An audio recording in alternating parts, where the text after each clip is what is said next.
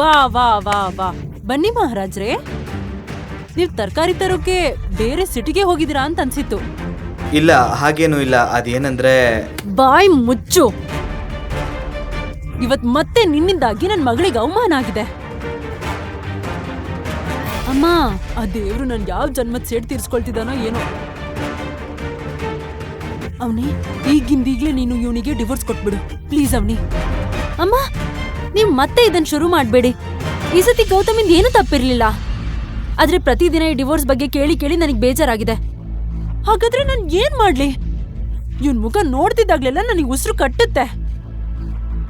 ದೇವ್ರೆ, ಈಗ ನೀನೇ ಈ ಹುಡುಗಿಗೆ ಅರ್ಥ ಮಾಡ್ಸಪ್ಪ. ಯಾಕಂದ್ರೆ ಇವಳು ನನ್ ಮಾತು ಕೇಳೋದನ್ನ ನಿಲ್ಸ್ಬಿಟ್ಟಿದ್ದಾಳೆ. ಇವತ್ತಿಗೂ ಇವಳ ಹಿಂದೆ ಎಷ್ಟು ಜನ ಹುಡುಗರಿದ್ದಾರೆ.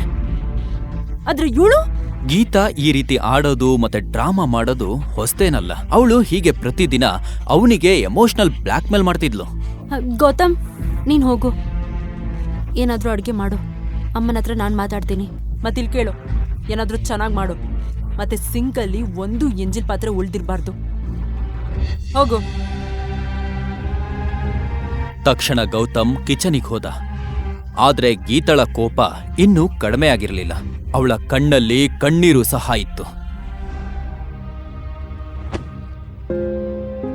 ಅಮ್ಮ ಅಮ್ಮ, ನೀವು ಓವರ್ ಥಿಂಕ್ ಮಾಡ್ತಾ ಇದ್ದೀರಾ.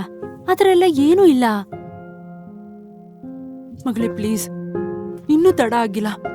ಆಮೇಲೆ ಪಶ್ಚಾತ್ತಾಪ ಪಟ್ಟು ಏನ್ ಪ್ರಯೋಜನ? ನೀನು ಇವತ್ತೇ ಅವನಿಗೆ ಡಿವೋರ್ಸ್ ಕೊಟ್ಬಿಡು ಪ್ಲೀಸ್ ಮಗಳೇ. ನಿಮ್ ಮತ್ತೆ ಅದೇ ಮಾತಾಡ್ತಿದ್ದೀರಾ? ನಾನ್ ನಿಮಗ್ ಹೇಗೆ ಹೇಳಿ?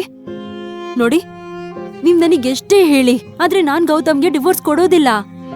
ಮತ್ತೆ ಇದು ಫೈನಲ್. ದಯವಿಟ್ಟು ಇದನ್ನ ಅರ್ಥ ಮಾಡ್ಕೊಳ್ಳಿ. ಅವನಿ ಅವನಿ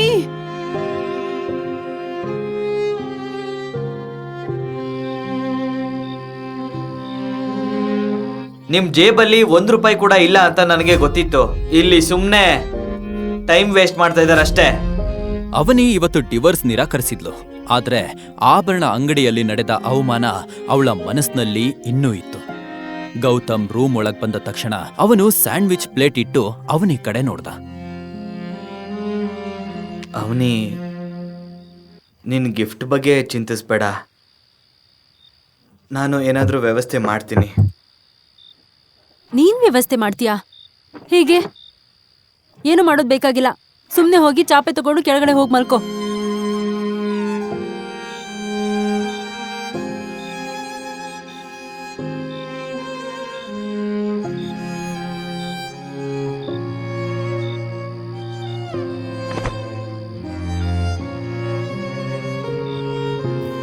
ಗುಡ್ ನೈಟ್.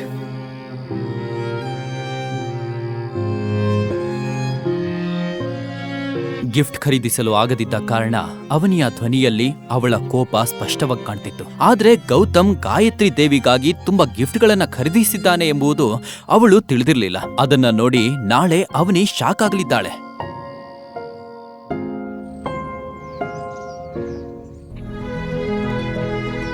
ಅವನಿ ಸುಂದರವಾದ ನೀಲಿ ಡ್ರೆಸ್ ಅನ್ನ ಹಾಕೊಂಡಿದ್ಲು.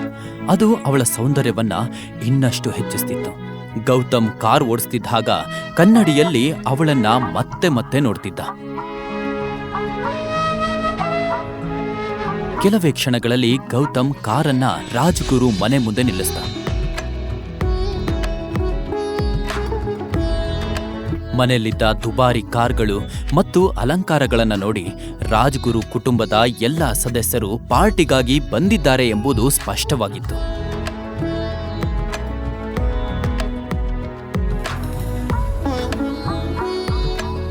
ಎಲ್ಲರೂ ಕೂಡ ರಾಜ್ಗುರು ಅವರ ಮನೆ ಒಳಗೆ ಹೋದ ತಕ್ಷಣ ಪಾರ್ಟಿಗೆ ಬಂದಿರುವಂತಹ ಜನರೆಲ್ಲ ಅವ್ರನ್ನ ನೋಡೋದಕ್ಕೆ ಶುರು ಮಾಡಿದ್ರು. ಕೆಲವರು ಗೌತಮ್ನ ನೋಡಿ ನಗ್ತಾ ಮಾತನಾಡ್ತಿದ್ರೆ, ಇನ್ನು ಕೆಲವರು ಅವನನ್ನ ನೋಡಿದ ತಕ್ಷಣ ಮುಖ ತಿರುಗಿಸ್ಕೊಂಡ್ರು. ಗೀತಾ ಮತ್ತು ಅನಿಲ್ ಗಾಯತ್ರಿ ದೇವಿ ಅವರನ್ನ ಭೇಟಿ ಮಾಡೋದಕ್ಕೆ ಅವರ ಕೊಠಡಿಗೆ ಹೋದ್ರು. ಯಾಕಂದ್ರೆ ಎಲ್ಲ ಉಡುಗೊರೆಗಳನ್ನು ಅಲ್ಲಿ ಇಡಬೇಕಾಗಿತ್ತು. ಅವರು ಹೋಗಿದ ತಕ್ಷಣ ಅವನಿ ಕೂಡ ಗೌತಮಿಂದ ದೂರವಾಗಿ ಬಾತ್ರೂಮ್ ಕಡೆ ಹೋದ್ಲು. ಯಾಕಂದ್ರೆ ಪಾರ್ಟಿಯಲ್ಲಿ ಇದ್ದವರು ಇನ್ನು ಗೌತಮ್ ಬಗ್ಗೆ ಮಾತನಾಡ್ತಿದ್ರು. ಅವಳು ಗೌತಮ್ ಜೊತೆಗಿದ್ರೆ ಜನರ ಮಾತಿಗೆ ಗುರಿಯಾಗ್ತಾಳೆ ಅಂತ ಹೋದ್ಲು. ಆದ್ರೆ ರೂಮಿನ ಹೊರಗಡೆ ತಲುಪಿದಾಗ ಅವನಿಗೆ ತನ್ನ ಅಜ್ಜಿಯ ಕೋಪದ ಧ್ವನಿ ಕೇಳಿಸ್ತು. ಏನ್ ತಗೊಂಡ್ ಬಂದಿದ್ಯಾ? ನಾನ್ ನಿನಗೆ ಕನಿಷ್ಠ ಅಂದ್ರೂ 5 ಲಕ್ಷದ ನೆಕ್ಲೆಸ್ ತಗೊಂಡ್ ಬಾ ಅಂತ ಹೇಳಿದ್ದು.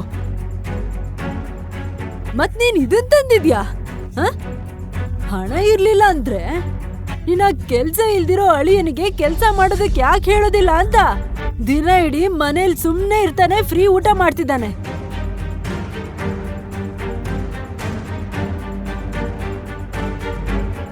ಅಜ್ಜಿ, ಈಗಲೇ ಡೌನ್ಲೋಡ್ ಮಾಡಿ ಕೇಳಿ ರಾಯಲ್ ವಾರಸ್ತಾರ ಕೇವಲ ಪಾಕೆಟ್ FM ನಲ್ಲಿ.